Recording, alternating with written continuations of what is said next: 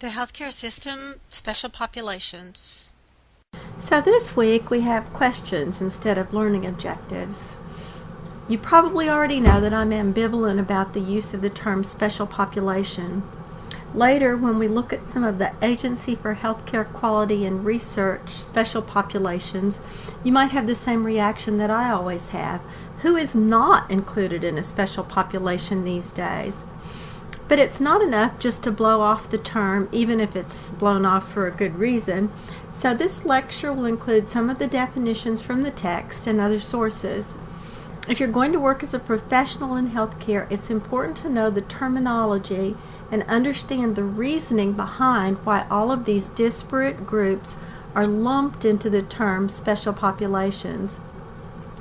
In the In the end, it's all about the needs of various subgroups of the population at large, and our responsibility as public health or health administration or medical or legal or public service professionals to provide services that are designed and targeted to be the most effective for the individuals within these subgroups whom we serve.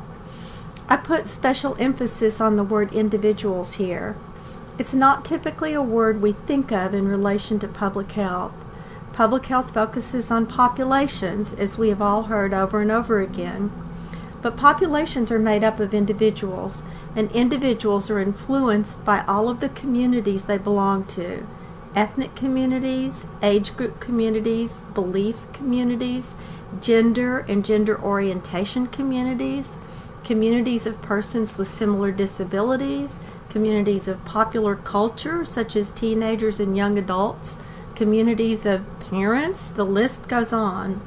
So although I will talk about the needs of special populations, it is so important to keep in mind that each person that you serve is an individual. In a way, grouping people into special populations, while well intended, sort of has the same effect as grouping them into diagnoses and seeing the label rather than the whole person. If we approach it from this perspective, the perspective that I'm advocating, then I believe that our responsibilities extend beyond just knowing that teenagers are easier reached by text messages than by warnings about abstinence from their parents or teachers. They also extend beyond just knowing that elderly people may have problems with instrumental activities of daily living, or that children of African descent are at risk for sickle cell disease. To me, they imply the need for culturally competent practice in whatever area we choose to specialize in. I'll give you quite a few resources at the end of this lecture to access if you want to understand particular populations, but I urge you to approach the chapter in the lecture with the questions on this slide in mind. So what are some definitions of special populations?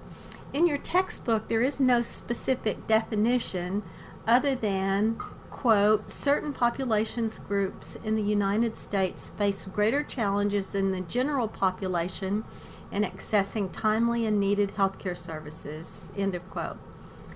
Exhibit 11.2 in the text is a template for assessing whether a population is vulnerable. The authors do acknowledge that vulnerability results from a combination or convergence of factors, so they're really not trying to make just a set definition of special populations. From the federal government for research purposes, and you have all had to fill out or take the IRB mini module in order to do your, or I think even to do your coursework, but I know in order to do your projects later. So you know that there's a term called vulnerable populations for research, and these include children, prisoners, pregnant women, cognitively impaired persons, or educationally disadvantaged persons who require special consideration to protect their welfare when you're doing medical or public health research. Okay, the National Cancer Institute designates special populations or vulnerable populations as those ethnic and racial minority groups designated by the Office of Management and Budget, or OMB, standards, as well as elderly, low-income, low-literate, disabled, and rural populations. The National Cancer Institute's working definition of special populations also includes medically underserved populations, so those living in MUAs are medically underserved areas, such as rural, low-income, and low-literate individuals. These groups are generally characterized as experiencing higher cancer incidence and or mortality risk, or are relatively underserved in terms of cancer programs. So that's how the National Cancer Institute sees it. Special populations are defined by the Pennsylvania Department of Health for preparedness purposes as groups whose needs may not be fully addressed by traditional service providers, or who feel they may not comfortably or safely access and use the standard resources offered in disaster preparedness, response relief, and recovery. And now this is a big deal because the CDC and other public health entities recently have come up with a series of programs to address the needs of what they term special populations in terms of preparedness. For instance, if you think about Hurricane Katrina, people in wheelchairs, people who were unable to get themselves out, those are special populations. So there's a whole literature around that, and there's a series of CDC mini webinars on how to reach special populations during disaster preparedness. So if you Google special populations, that's one of the things that pops up a lot. And then from a physical therapy and physical fitness perspective, a special population could be defined in terms of exercise in a group with a special medical condition who may require expertise and supervision to overcome that medical situation.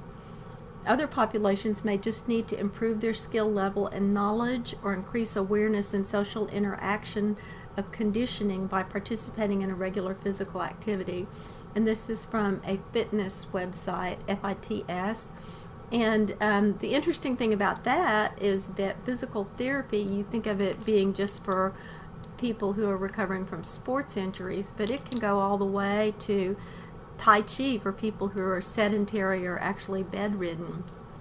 So anyway, these are just some different definitions of special populations, so you can see that it is a catch-all term, but that in specific situations it's used to define specific populations that are targeted. On this slide are a list of the vulnerable populations that Healthy People 2020 focuses on, and here's some research from the Healthy People 2020 website. In 2008, approximately 33%, or more than 100 million persons, identified themselves as belonging to a racial or ethnic minority population.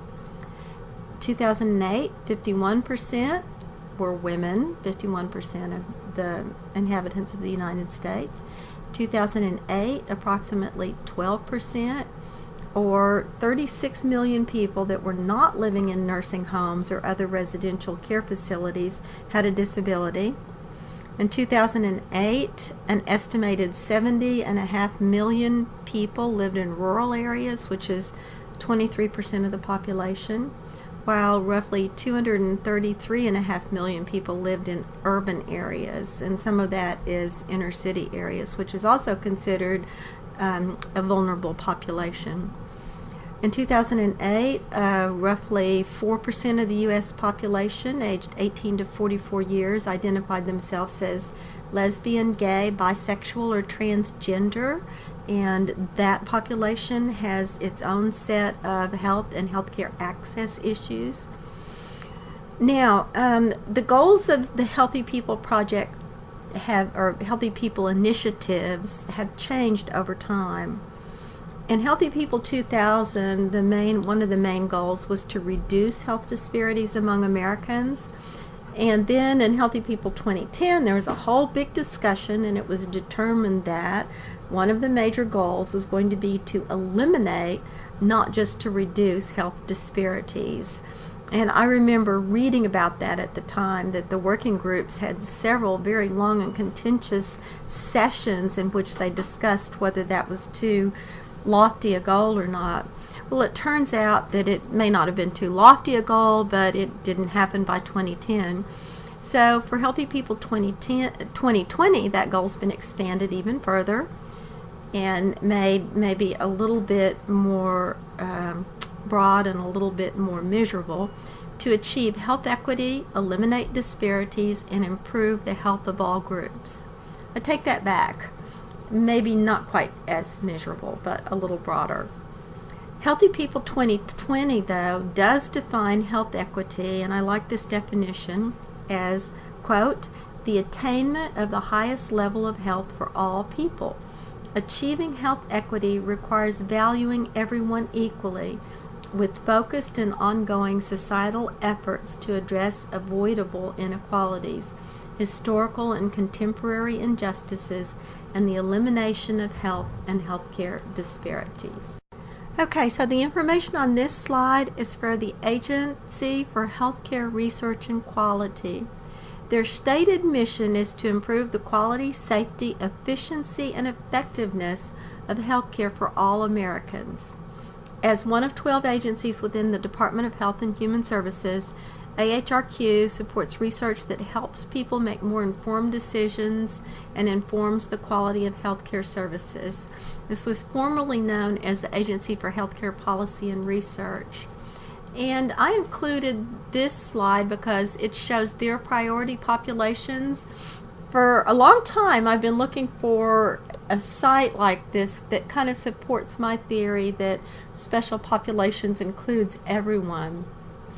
But under their priority populations, here are some of the things that they're focusing on. In women's health, one of their focus areas is education, research on education.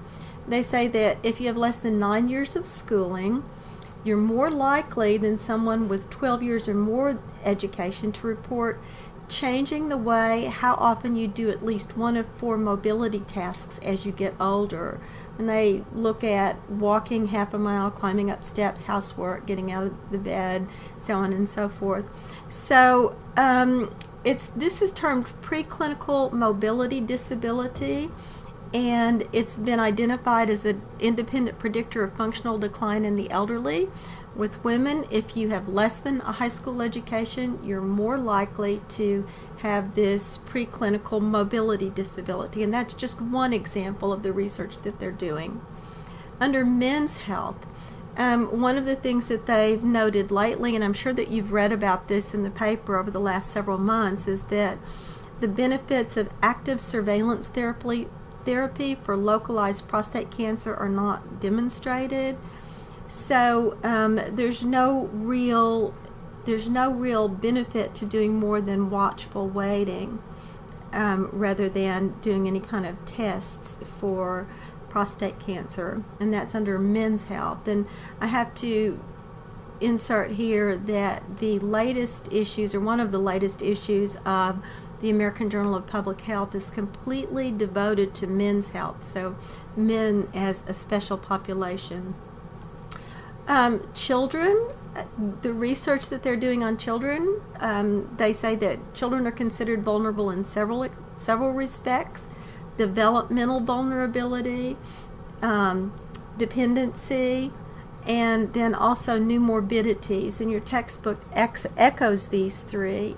So developmental vulnerability, you should know, is the fact that as children are growing, there's really a lot of change that goes on during growth spurts and during like the first 5 years, where if a child's impacted by cumulative physical or emotional changes, family disruption, social circumstances, there can be health issues for them, and it is a public health issue.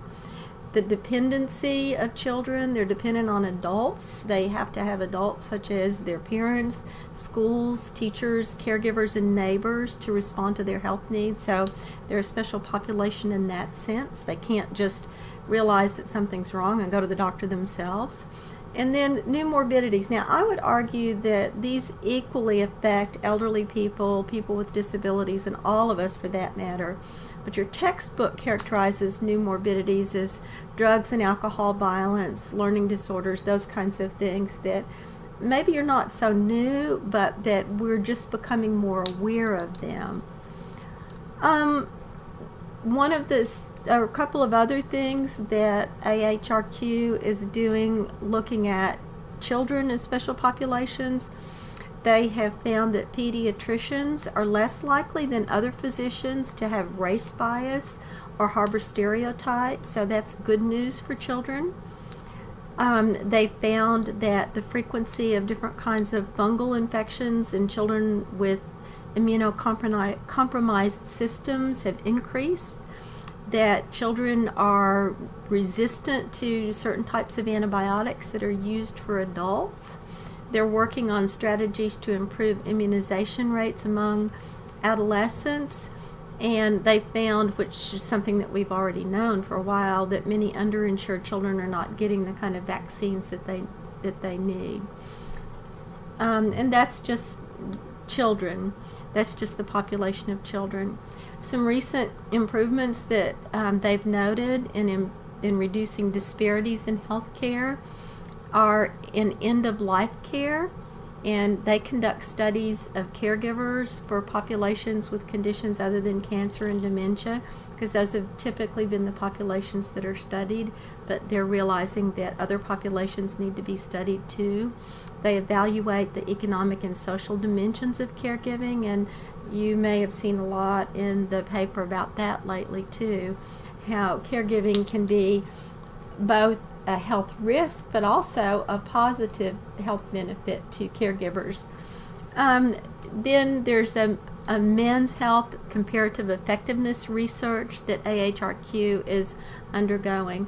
And I won't go into more of these, but if you are interested in any of these populations, this is an excellent source. This website is an excellent source for drilling down and looking at disparities and research, both positive findings and negative findings with regard to vulnerable populations.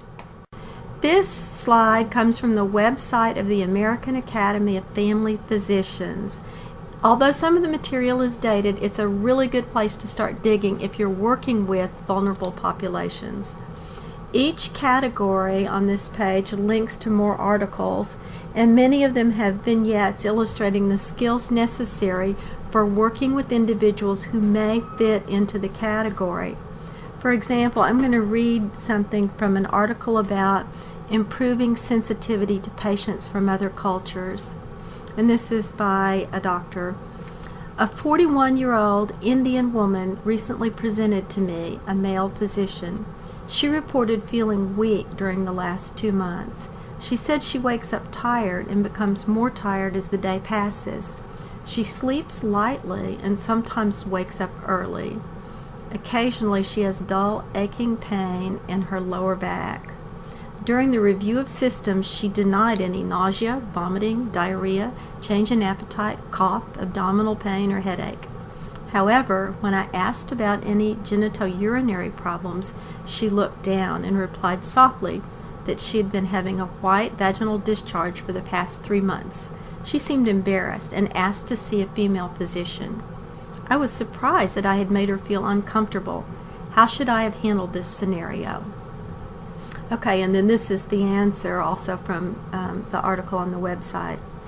In this scenario, the physician is facing several challenges: making a patient from another culture feel at ease, managing a female patient's discomfort with a male physician, and recognizing the patient's chief concern. Physicians often treat patients from cultures different than their own. Establishing a rapport with these patients is important and requires awareness and sensitivity. It is helpful for physicians to familiarize themselves with patients' values, beliefs, and biases. First, and this goes on just to describe that physicians should learn appropriate ways to greet patients from other cultures. Conservative South Asian women often will not shake hands with the man, particularly someone who is perceived to be in a position of authority, and so on and so forth. Now, that's just one situation, and that's just one culture, and that's a physician in a hospital. But as a public health worker, you also are likely to be working with people from other cultures. And it's not always possible to know in advance what you're going to be faced with, but it is helpful to understand the population that you serve and what are the most likely scenarios like this you'll be faced with and how you would handle yourself in such a situation. They've got information here on homeless and uninsured persons. I don't know that it's right here, but as you scroll down, they've got homeless in America, how to adapt your practice, healthcare for the homeless, healthcare for adults with mental retardation, achieving a more minority-friendly practice, healthcare for lesbians and bisexual women, homosexuality facts for teens, tips from other journals, sexual orientation and associated healthcare risks, language health resources. I love this language health resources website because it's something that we all need, and I think I'm going to include it in the next slide. Bookmark it and save it for later because you never know when you're going to need something like that. I really encourage everybody to look at this website because even though it's not a public health website, it's American Family Physicians, which are the family practice physicians. And this is the website with the different languages resources that I told you about. I was so excited to come across this website because I really do think that it's a treasure trove of information. One thing that it has is health information in multiple languages, which there's a 24 languages project with brochures in 24 different languages. There's the Eurasian Health Knowledge Network multilingual library. There's Ethnomed, that's ETHNOMED, which is information about cultural beliefs and medical issues for immigrants to the United States. Healthy Roads Media, that's got different kinds of media, print, audio, and so on and so forth, and also has information on health literacy. An Immunization Action Coalition language table and language service guide for healthcare organizations, some downloadable tools from Missouri, some downloadable tools from National Heart, Lung, and Blood Institute, and just many, many, many more for those of you who will be working with populations from other cultures, other ethnicities, and you can see the different languages here. I'm going to also put the URL there so that you can go to that website if you would like. The Marshallese Islanders in Arkansas. Now this is an example of a vulnerable population that I really wasn't aware of until I started teaching in the College of Public Health. The Republic of the Marshall Islands was a district of a trust territory of the Pacific Islands, which the U.S. administered on behalf of the United Nations from 1947 after World War II until 1978. Now the Marshall Islands contained, I think, the Bikini Atoll, which is where where atomic testing took place. And so they worked out a deal with the United States government called the Compact of Free Association, and you don't need to memorize all these details or anything, but under this compact we provide economic and financial aids and we defend their territory. In return, we're allowed unlimited and exclusive access to their land. But also the Marshallese are allowed to relocate to the United States under special conditions.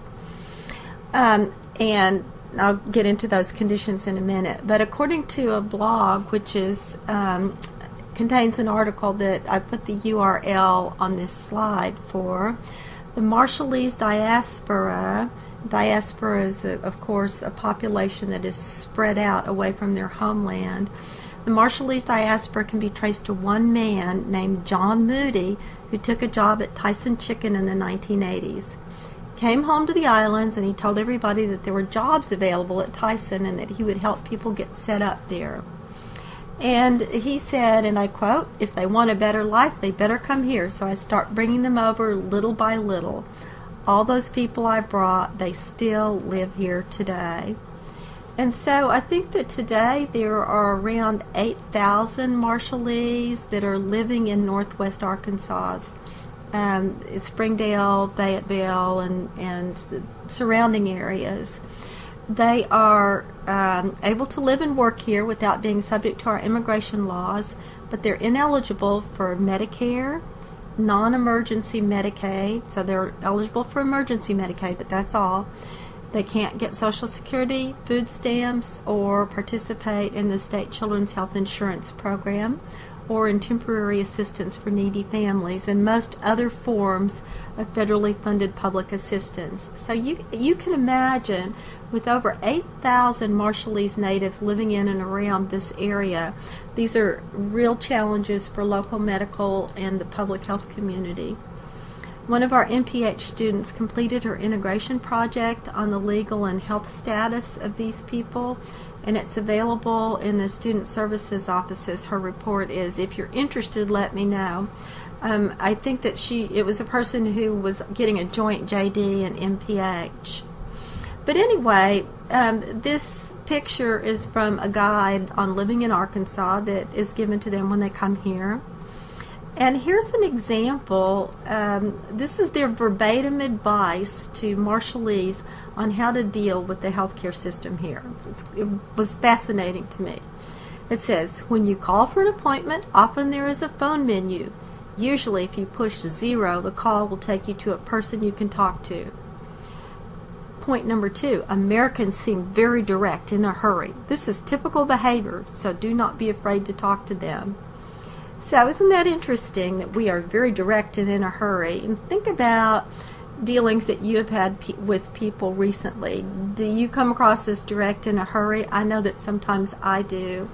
And if I'm dealing with someone from a different culture, I'm not even aware. It's like the water I swim in, the air I swim in. It's the way that I relate to people as an American. But it's not the way that everybody relates to other people, and it's not the way that makes it easier to communicate good information. It goes on to tell them some clinics allow you to go directly to the clinic to make an appointment. If you can't keep your appointment, call the day before. You might be charged. This is a big deal to them because they're not covered by Medicaid. Show up early. Bring an adult who is comfortable speaking English. The nurse and doctor will ask direct and personal questions to understand your health problems. So if they're not used to being asked direct and personal questions, that's something they need to know. When you receive a bill from the clinic, you're expected to pay it. Be sure to make payment arrangements for the amount you can't afford. And then it goes on about not using the emergency room for health care. Well, duh. If the emergency room is all that's covered, I'm assuming that people will use the emergency room for health care. And maybe that duh was politically incorrect, and I apologize in advance if it was. What I'd like to ask is, can you think of ways that this information could be presented differently, and can you think of the implications about health care for this population by reading between the lines? Remember, most of the Marshallese are employed in chicken production or other low-paying jobs and do not have health coverage. So in discussion, see if you can think of any ways that we could find a better way to deliver health care to these people or keep these people healthy. And the Marshallese Islands are a very timely topic for this week. There's an article in the New York Times today about the fact that the Marshall Islands, which normally rise less than 6 feet above sea level, are beginning to disappear because of climate change. And so it fits in with the other topic by Dr. Penny that you're going to listen to this week. And again, another vulnerable population and another reason why this population is so vulnerable. A summary of needs for individuals, and I could have called this a summary of needs for individuals in special populations or vulnerable populations, but this is just a set of categories that I came up with. You might think of more and you might want to add some. If so, you can post it in discussion. But I broke it down into access to care, and then competent quality health care, and finally culturally competent health care. Under access to care, you can think of ways that geographic access would be problematic for people in rural areas, also for people with disabilities, for people living in poverty in inner city areas, and there are many ways that geographic access is not equitable in this country. Financial access, and we've kind of talked about that over and over and over again this semester in terms of insurance and the Affordable Care Act, and then timely access to care. If I am housebound living in a rural area in southeast Arkansas and I don't have home health care except maybe once every couple of weeks, and something comes up, how easy is it going to be for me to get a timely appointment with a doctor? And of course that then includes the financial and geographic access also. But there often are waiting lists for specialists that are compounded by the fact that you may be in a special population. Competent and quality health care, and this needs to be tailored to the needs of that specific vulnerable population.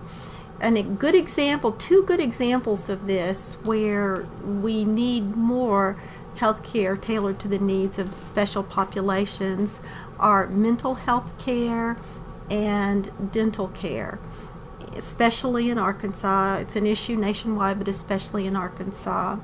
I know of one psychiatrist who has made it his mission to travel around the state and give quality health care to children in areas that are underserved. But child psychiatry is one of those areas in the state where we just really don't have enough people. And same thing with dental care. And in addition to it being tailored to the needs of the population, it needs to be evidence-based as much as possible. We've kind of touched on what evidence-based care is a little bit this semester, but you're going to hear more about that next week. But it needs to be the kind of health care that really is targeted based on evidence that has been generated from practice within that population. And finally, culturally competent health care, including engaged professionals who have respect for the populations that they deal with and know how to communicate clearly, and not just linguistically clearly. You may need a translator for that, but how to communicate clearly, bearing in mind the different values, beliefs, and so on of the population with whom you're interacting. And finally, a summary of needs for professionals. Let's call this the UDI model of how to deliver quality health care to vulnerable populations or special populations, or even better, all populations. This is again a model that I came up with. On the far left is the umbrella term resources, which should include adequate funding, physical infrastructure, the buildings, equipment, telemedicine, mobile units, and staffing, all things that we have talked about in other sessions of this course. While resources are absolutely necessary, they are not sufficient to create a healthcare system appropriate to meeting the individualized needs of each and every patient. Next comes the training for practitioners. I began this diagram with only medical, public health, and cultural competence in the middle circle. The more I thought about it, though, the more I wanted to include all professions who have an impact on health outcomes. So that's why you see the oval that just says professional. So not just medicine and public health, but also public service, management, as in healthcare managers, the legal profession, and others. So regardless of profession, competence in your own area of expertise is essential. Then over and above that comes cultural competence. And of course, we all swim in a sea of knowledge every day, whether it's knowledge about who made the latest cut on The Voice or American Idol, or knowledge about the reasons for recent decreases in teen pregnancy, or knowledge about what puts individuals in inner city neighborhoods at higher risk for obesity. There's so much knowledge out there clamoring for our attention, and just having that knowledge available isn't enough. An active pursuit of the knowledge needed to develop and maintain your competency is essential. And here I'm not just talking about cultural competency, I'm talking about professional competency. If you subscribe to Medscape at all, you will see that a lot of the common sense things that we understood about caffeine and alcohol and exercise and prostate exams and breast exams, mammograms, so on and so forth, the list goes on, has changed in the past year. So you have to keep up with knowledge in the field. Only once that all of these pieces are in place, your professional competence, your cultural competence, and access to knowledge, can you be certain that you're providing an informed, competent, individualized approach to each person in the population that you treat. And I would add there, knowledge about each special population. I didn't go into particular needs for children with mental health issues or particular needs for people with sickle cell anemia, but if you're going to be working with those populations, you do need to drill down and find that information. It's not always going to be provided to you in the workplace, and even in Masters of Public Health, you will not get every single piece of information that you need about every single disease or every single subpopulation. Now, of course, there are holes in this model, just like with every model. We don't always have the resources. Our level of competence depends on the level of education we have had access to, and there may be a time lag between the time it takes to gain knowledge of a new culture and the need to treat a patient immediately. This is part of the reason why it's helpful to have access to online resources for vulnerable populations and to stay current in the research on new treatment methods and public health interventions.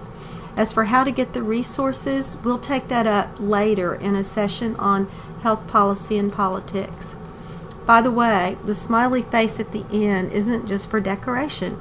It's to remind us that our patients or the people that we work with are people, not stereotypes, that they have faces and they're not just numbers. I guess I should have used a less generic face, but that's all that I have in my PowerPoint toy box for now. The next slide is the last slide, and it has a list of online resources. That's all for this week.